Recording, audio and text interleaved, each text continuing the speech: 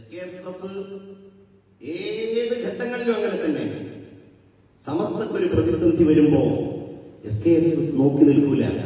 ഒരുപക്ഷെ ചില ആളുകൾ ചോദിക്കും, വിവാദങ്ങൾ മാത്രമേ ഉള്ളൂ. വിവാദങ്ങളല്ല, നമ്മൾ യുവാക്കളാണ്, വിദ്യാർത്ഥികളാണ്, ഉസ്താദുമാരൊക്കെ പ്രായമുള്ളവരാണ്.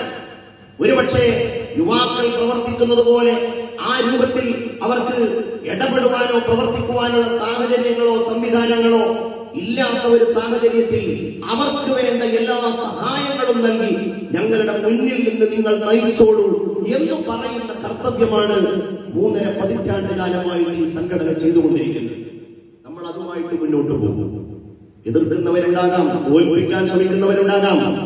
അവർക്കൊന്നും വഴങ്ങുന്ന പ്രശ്നമേ സംഘടനയെ സംബന്ധിച്ചിടത്തോളമില്ല. ആ രീതിയിൽ മുന്നോട്ട് പോകാൻ തന്നെയാണ്. ആരുണ്ട്, ആരില്ല, ആര് കൂടെയുണ്ട്, ആര് കൂടെയില്ല എന്നുള്ളതല്ല വിഷയം.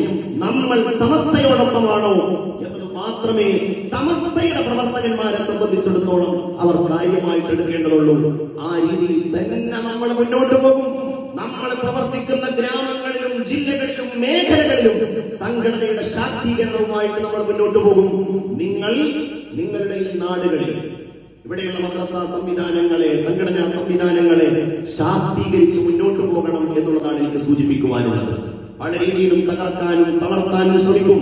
പല രീതിയിലും ഭീഷണിപ്പെടുത്തുവാനുള്ള ശ്രമങ്ങൾ ഉണ്ടാകും. പല രീതിയിലും പലരുടെ താല്പര്യങ്ങളും അവരുടെ മനസ്സിൽ നിന്ന് വിസർജിക്കുന്ന താല്പര്യങ്ങൾ നമുക്കെതിരായിട്ട് പ്രയോഗിക്കുവാൻ ശ്രമിക്കും.